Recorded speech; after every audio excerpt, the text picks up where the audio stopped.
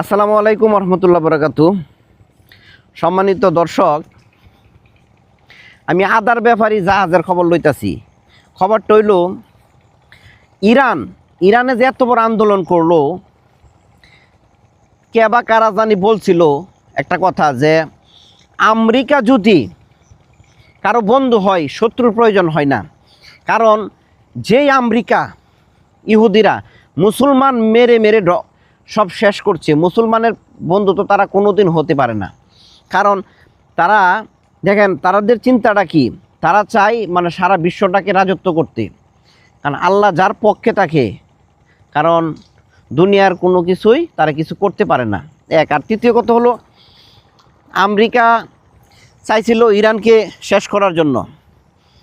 Iran যদি তারা শেষ করা সাকসেস হইতে পারতো, জেনে রাখতেন মধ্যপ্রাচ্যে এই ইরানে তারা ঘাঁটি করল। ইরানে যদি ঘাঁটি হইতো তাইলে বাংলাদেশ, ভারত, পাকিস্তান তারা রাজত্ব করতো। আমরা যে ক্ষুদ্র দেশ, তারপর আমরা মনে করেন শান্তি পাইলাম বলে না, আমরাও অশান্তির কোনো শেষ আছি না, আমরাও চাল্লো হইলে না। এই আমেরিকা কোনো দিন মুসলমানের বন্ধু হতে পারে না, বরঞ্চ মুসলমানের শত্রু। এই কথাটা খেয়াল রাখবেন। আল্লাহ হাফেজ।